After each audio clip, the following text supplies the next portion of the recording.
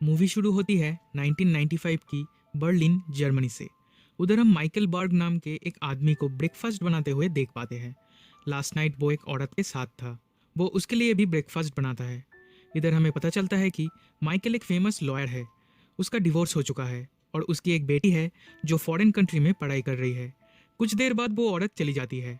Michael window के पास जाता है। बाहर एक ट्रैम जा रही थी, जिसे देखकर उसे अपनी कहानी याद आती है और इसके साथ मूवी फ्लैशबैक में जाती है।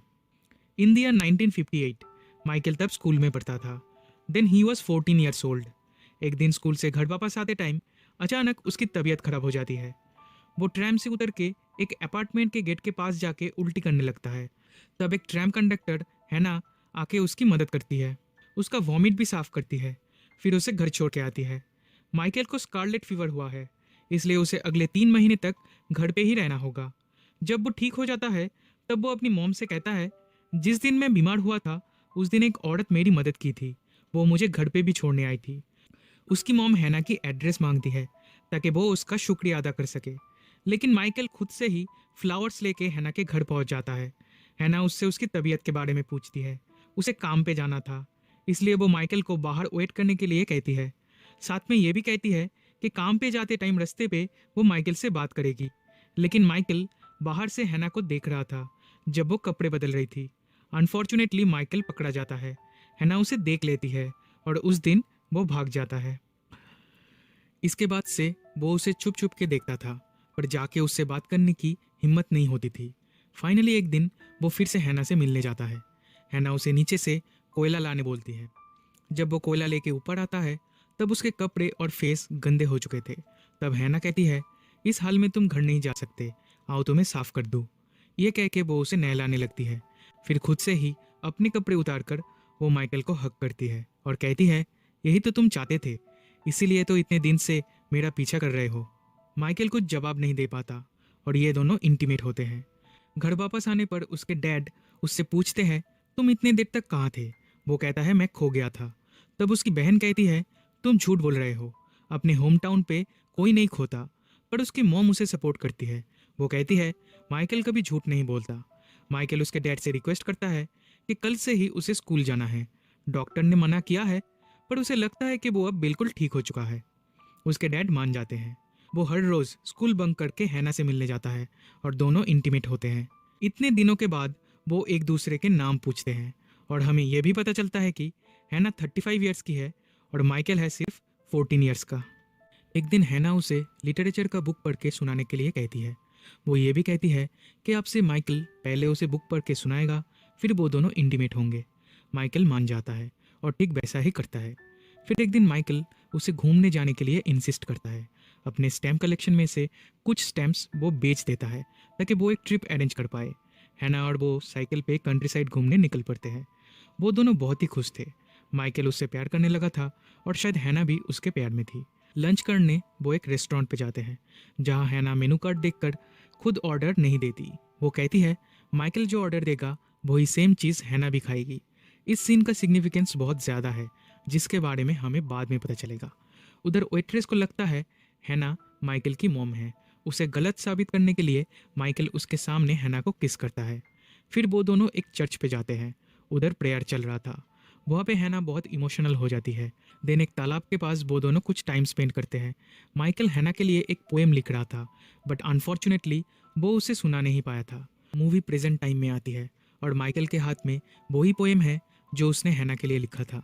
एक केस के सिलसिले में वो कोर्ट जाता है। कोर्ट रूम में बैठकर उसे पुरानी बातें याद आती है और इसी के साथ मूवी फिर से फ्लैशबैक में जाती है। माइकल के स्कूल में एक लड़की थी, सोफी। वो उसे पसंद करती थी, बट माइकल उसे इग्नोर करता था। सेम एज के गर्ल्स को छोड़कर उसे हैना पसंद थी।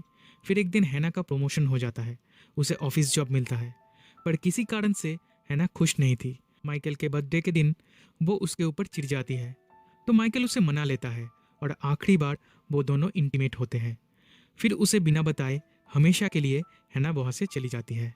माइकल उसके घर जाके देखता है कि घर पूरा खाली है, हैना जा चुकी है। उसका दिल टूट जाता है। इसके बाद 8 साल बीत जाते हैं। माइकल इज नाउ 23 और वो एक लॉ स्कूल में पढ़ता है। उधर एक सेमिनार होता है। तब स्टूडेंट्स को एक केस ट्रायल देखने के लिए ले जाया जाता है। ये केस उन औरतों पे चल रहा था जिनके ऊपर आरोप है कि उन्होंने 300 ज्यूइश औरतों को एक जलते हुए चर्च पे मरने के लिए छोड़ दिया था। इन द ईयर 1944 जर्मनी में डेथ मार्चेस हुए थे। तब ज्यूइश कैदियों को फोर्सफुली मजदूरी करने के लिए ले जाया जाता था। फिर उन्हें कॉन्सेंट्रेशन कैंप में भेज दिया जाता था, जहां उन्हें टॉर्चर किया जाता था। ये औरतें उस डेथ मार्च में गार्ड का काम कर रही थी और उनमें हैना भी मौजूद थी। हैना को कोर्ट रूम में देखकर माइकल शॉक्ड हो जाता है। वो धीरे धीरे सब कुछ भूलने लगा था, बट आज हैना को देखकर उसे फिर से पुरानी बातें याद आती है। इस केस की मेन विटनेस है Ilana Mather, a young Jewish lady. वो उसके मेमोयर में अपने और अपनी माँ के बारे में लिखी है। ये दोनों कॉन्सेंट्रेशन कैंप से जिंदा बाहर निकली थी। वो हैना और बाकी के औरतों को आइडेंटिफाई करती है। वो ये भी कहती है हैना रैंडमली किसी एक पर्सन को चूज करती थी जो उसे बुक पढ़ के सुनाती थी। जब हैना को पूछा जाता है तब वो एडमिट करती है कि वो लोग रैंडमली 10 लोगों को चूज करते थे जिन्हें बाद में मार दिया जाता था, ताकि खाली जगह हमेशा बना रहे जहां नए कैदी आ सके। हैना हमेशा कमजोर लड़कियों को सिलेक्ट करती थी। वो उन्हें बुक्स पढ़ के सुनाने कहती थी, फिर बाद में उन्हें भी मार दिया जाता था। वो ये भी कहती है चर्च में उन 300 जीविश महिला की मौत कोई एक्सीडेंट नहीं था। उसे एक्सीडेंट बना के जो रिपोर्ट लिखा गया है वो हैना ने नहीं लिखी है, किसी और ने उसकी साइन नकल की है। पर हैना के साथ के दूसरी औरतें उसके अगेंस्ट स्टेटमेंट देते हैं। वो कहते हैं उस रात इंचार्ज हैना थी। उसने जानबूझ के चर्च का गेट ओपन नहीं किया ताकि कोई भाग ना पाए। सिर्फ इलाना और उसकी माँ भाग पाई। इस इंसिडेंट की झूठी रिपोर्ट हैना ने ही लिखी थी। फिर जब हैना को हैंडराइटिंग सैंपल देने के लिए कहा जाता है तो वो मना कर देती है। सडनली वो सारे गुनाह कबूल कर लेती है।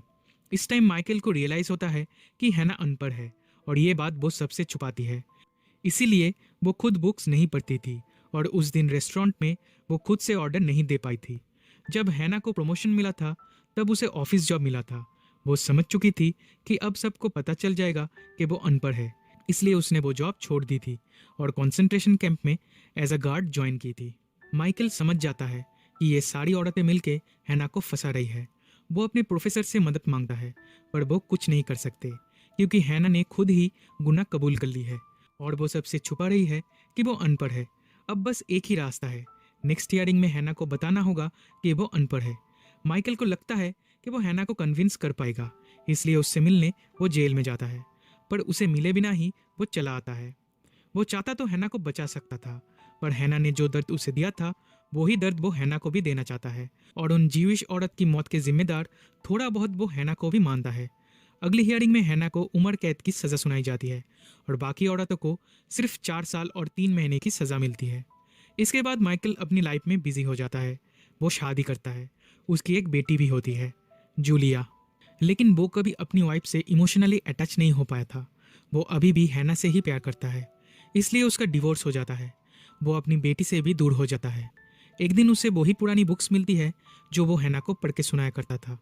वो उन बुक्स को पढ़कर रिकॉर्ड करता है और उन रिकॉर्डिंग्स को हैना को भेजता है। हैना उन रिकॉर्डिंग्स को सुनकर और जेल के लाइब्रेरी से कुछ बुक्स लेकर खुद से ही पढ़ना और लिखना सीखती है। कुछ दिनों बाद वो माइकल को लेटर लिखना स्टार्ट करती है, पर माइकल उसका रिप्लाई नहीं देता। जेल में हैना को 20 साल हो चुके हैं। फाइनली उसे छोड़ा जा रहा है। जेल की वार्डन माइकल से मदद मांगती है हैना के लिए। हैना का कोई रिश्तेदार और घर ना होने के कारण उन्हें माइकल को ही कांटेक्ट करना पड़ता है। माइकल हैना के लिए एक जॉब और एक घर ढूंढ देता है। दिन जेल से छूटने के ठीक एक हफ्ते पहले वो उससे मिलने जाता है। वो हैना से थोड़ा डिस्टेंस मेंटेन करता है और फॉर्मल बिहेव करता है। हैना कहती है बिफोर द ट्रायल वो कभी सोचती नहीं थी एज अ गार्ड उसने क्या गलती की थी, पर अब वो उसके अलावा और कुछ सोच नहीं पा रही है। उसे अब गिल्ट फील होने लगा है। जिस दिन वो रिहा होने वाली थी उस दिन माइकल जाता है उसे रिसीव करने, पर वो जाके देखता है हैना ने सुसाइड कर ली है। वो माइकल के लिए एक लेटर और एक टी टीन छोड़ के जाती है। उस टी टीन में कुछ पैसे थे। ये पैसे हैना की पूरी लाइफ की सेविंग्स है। उसकी आखिरी ख्वाहिश है ये पैसे उन जीविश कैदियों में से किसी एक को मिले और इसका रिस्पॉन्सिबिलिटी वो माइकल को देती है। वो न्यूयॉर्क जाता है इलाना से मिलने। वो उसे उसके और हैना के पास्ट रिलेशन के बारे में सब कुछ बताता है जो उसने आज तक किसी को नहीं बताया था। वो हैना के अनपढ़ होने के बारे में और उसके लास्ट विश के बारे में भी इलाना को बताता है, बट इलाना ये पैसे लेने से मना कर देती है। तब माइकल कहता है वो ये पैसे किसी जीविश वेलफेयर ऑर्गेनाइजेशन को डोनेट कर देगा जो ऑर्गेनाइजेशन लोगों की पढ़ाई लिखाई में मदद करता हो। इलाना भी इस पे एग्री करती है। वो सिर्फ उस टीन को अपने पास रखती है क्योंकि वैसा ही एक टीन उसके पास था जो उस कैंप में उससे छीन लिया गया था। In the present day of 1995 Michael अपनी बेटी जूलिया से मिलता है। रिसेंटली वो पेरिस से वापस आई है and she is now 21 years old. वो जूलिया को उस चर्च पे ले जाता है जहाँ वो और हैना 40 ईयर्स पहले साइकिल ट्रिप के दौरान आए थे। उधर हैना की कब्र है। उसके पास जाके माइकल उसके और हैना के रिलेशन के बारे में जूलिया को बताने लगता है और इसी के साथ मूवी यहीं पे ख़त्म हो जाती है।